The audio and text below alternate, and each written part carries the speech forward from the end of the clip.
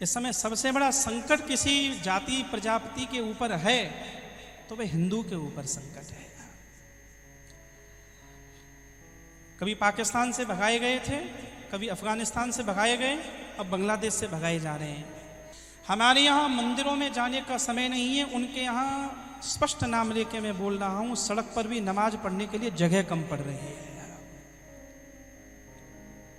अभी अफगानिस्तान से भगा दिए गए तो भारत में शरण मिल जाएगी। 20 साल के बाद की कल्पना करना, जब ये जनसंख्या का असंतुलन सामने आने वाला है ना, फिर कथाएं करके दिखाना, फिर तिलकों को बचा के दिखाना, फिर चोटी को बचाते हुए। अभी ये बात करने भी लग जाओ तो लोग, महाराज जी दिमाग खराब है आपका, क्या बीजेपी की भाषा बोल रहे हो? 2-4 अभी बैठे होंगे सोच रहे होंगे आ गए ये भी। यहाँ कोई बीजेपी का विषय नहीं है। कभी कश्मीर से भगाए गए, कभी केरल से भगाए गए, यही बंगाल से भगाए गए। इसी देश में हमारी राम जन्म की शोभा यात्राएं नहीं निकल रही, दुर्गाष्टमी नहीं मना पा रहे। हम कैसे कालखंड में जी रहे हैं? और वर्षों से कोई एक जाति सोती रही जो जगने का नाम नहीं ले रही, उसका नाम है हिंदू। उनके यहाँ टोपी देखकर वो इकट्ठे हो जाते हैं। हमारे यहाँ पहले देखते हैं कि बनिया गए हो, कि ब्राह्मण गए हो, कि ठाकुर है, कि गुजर है। हम पहले यह देख रहे हैं। ये संगठित होने का समय है। संगठित ना हुए वो समय दूर नहीं है। ना मंदिर बचेंगे, ना उत्सव बचेंगे, ना हम बचेंगे। एक राम मंदिर हमारा बड़ी मुश्किल से कई सैकड़ों वर्षों के अथक मेहनत के बाद बना, भूमि पूजन हुआ। उन्होंने तो घोषणा कर दी, बना लो, 30 साल बाद तो हमें ही तोड़ना है। ये सब सामने, फिर भी यह सब देखकर हमें चिंता नहीं हो रही। हम तो जी लेंगे, 2 दाल रोटी चाहिए, पर बच्चों को क्या देकर जाएंगे हम? मेरी इस बात पर केवल विचार करना, मैं या ब्राह्मण देवताओं से भी कह रहा हूँ, थोड़ा विचार करना, थोड़ा मंथन करना। और अगर ये मंथन करोगे तो हो सकता है रात को नींद नहीं आएगी आपको। एक बहुत बड़ा संकट हम सब के ऊपर मंडरा रहा है।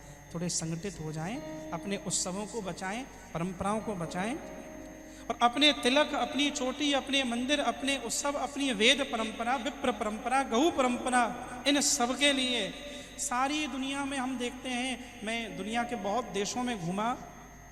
आचार्य जी वो अपनी कमाई का एक हिस्सा निकालते हैं, ठीक है? क्रिश्चियनिटी में भी मैंने देखा, सरदारों में भी देखा। हमारे यहाँ अपनी कमाई का एक हिस्सा तो निकालना दूर, कोई साधु संत गौ सेवा में, विप्र सेवा में, राष्ट्र सेवा में लग रहा है। आप ही हिंदू लोग, हम हिंदू लोग उन्हें नीचे कैसे गिराएं, इस षड्यंत्र में हम लगे रहते हैं। इन्हें सहयोग करना तो दूर, इन्हें कैसे गिरा सकते हैं? मैं इस बात का यह अर्थ बिल्कुल नहीं कर रहा कि किसी के गलत कृत्य का आंख बंद करके समर्थन किया जाए, मैं इसके पक्ष में नहीं हूं। पर हर बार हिंदू ही क्यों? वेब सीरीज का नाम आश्रम होता है? कभी मस्जिद भी रख के दिखा दो, कभी चर्च भी रख के दिखा दो। मीडिया ने एक कॉन्सेप्ट, एक एजेंडा तय किया है। क्यों? हवस शब्द तो उर्दू का है, हवस का पुजारी क्यों होता है? हवस का मौलवी भी तो हो सकता है। गुनाह शब्द जो है, गुनाह शब्द उर्दू का है, गुनाह का मौलवी भी तो हो सकता है।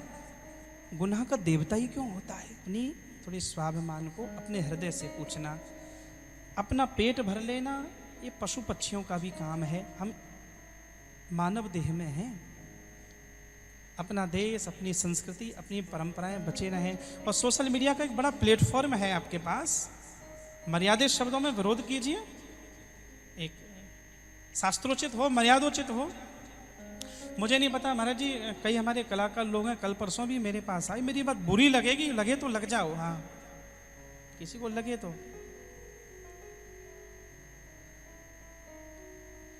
अब रघुपति राघव राजा राम, ईश्वर अल्लाह तेरो नाम, इसे मस्जिद में गा के दिखा दो। नहीं गाएंगे वो, हम गा देंगे। हमारे कथाओं में क्यों बेधर्मी लोग बैठ रहे हैं भैया?